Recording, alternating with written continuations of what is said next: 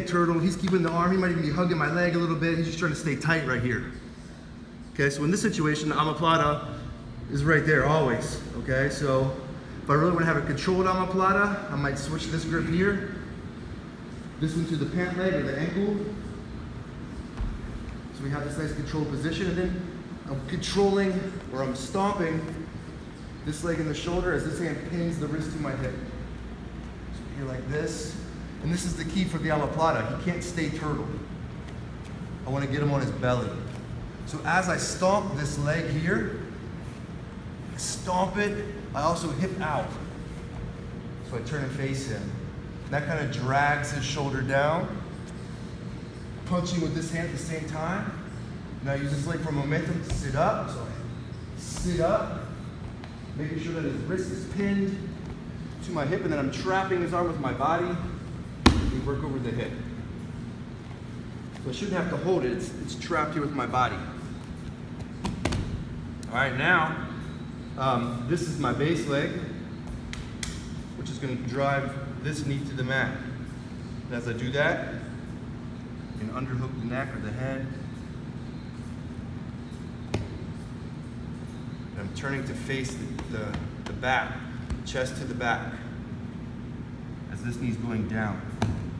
So ultimately, we're just rotating, the wrist towards the mat. So if I'm in rodeo guard, we're here, and he's just kind of staying, he's not doing much. That's my opportunity to do an omoplata. So I can hip out. I feel like I want to grab here, I can climb my way down, but this hand's gonna eventually work to the sleeve.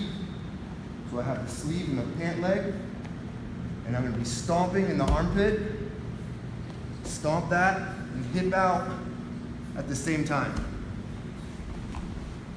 as you punch the pant grip. Now we sit up, trap the arm knee to close the distance between the hips, arm over the back. As I turn my chest to the back, I rock up slowly to get the finish. Sometimes you might even feel like you want to put your hand on the back like this to push. And you can also be gripping different ways. You could even have a lapel grip.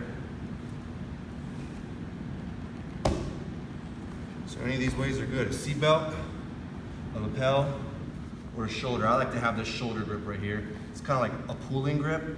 So here I can pull as we base. So we're in position, we have the rodeo, and he's staying in place. He's not doing much. Good opportunity for the omoplata. So I'm gonna start to face the hips. I'm working for the pant leg, and ultimately the sleeve as we base and start to hip out. So as we're hipping out, we're stomping this leg straight. I want to get as much weight to transfer to the back of the shoulder as possible.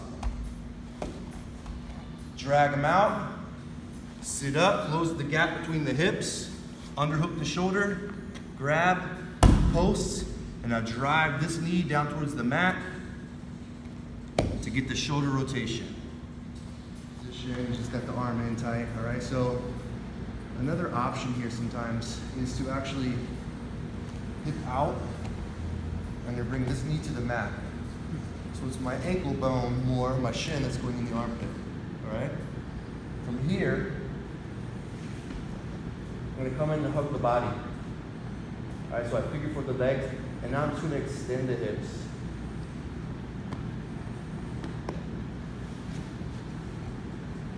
Call this the body crush, just kind of like crushes your side. So here again, situation. So sometimes the situation might be we're here, but he's lifting his head a little bit.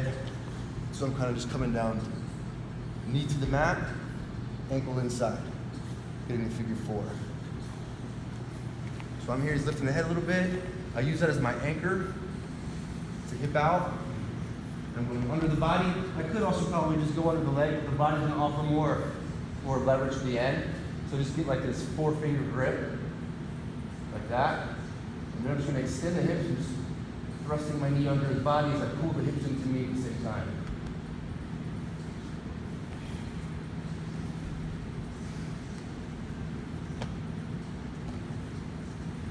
And Rodeo is starting to lift the head. The hand is around the hip. We go out. As I go down, I'm going to grab that belt once again. I'm kind of feeding, figure four, but I'm feeding this hand under the hip. So I can use this to pull. Get the 4-finger grip. And now my head, I want to connect it to this leg. Because I don't want him to step over my head with this leg. All right, will you do that once? I don't want him to do that. All right? So I'm going to keep my head glued to it, like this. And now we extend. So as I extend, I pull the hip, like this. What's happening is it's creating that same concept as a bicep slicer or a calf slicer where you're pinching in on the ankle bone, or we're pinching the elbow to the side with the wedge, all right? So we're trying to squeeze that and compress it tight to create that same kind of slicer effect. But it's up in the armpit, affecting like the lat, rib cage area as well.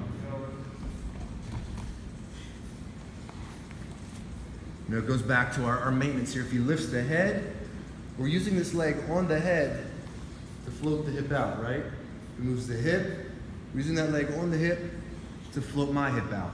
Okay, that's the same thing we're doing here for Omoplata. You know, when I'm here like this, the first thing I'm doing is if he's giving the head resistance, it's just moving out like that, right? And we got the transfer, and I got to rebase, and I keep moving out with the hips as I stomp.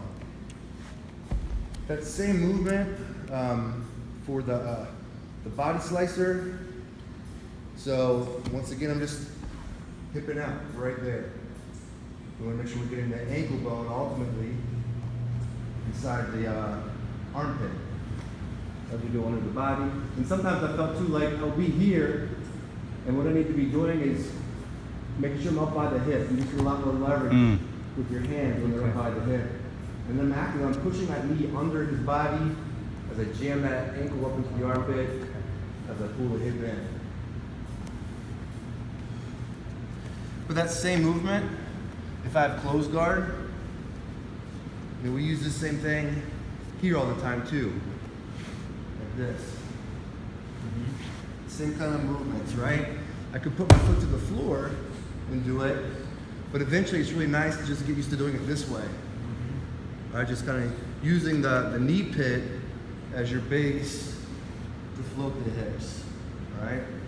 And you'll find in the guard how that can be very useful in multiple situations, but that's exactly what we're doing here. It's kind of the basis for the movement in the rodeo guard, all right?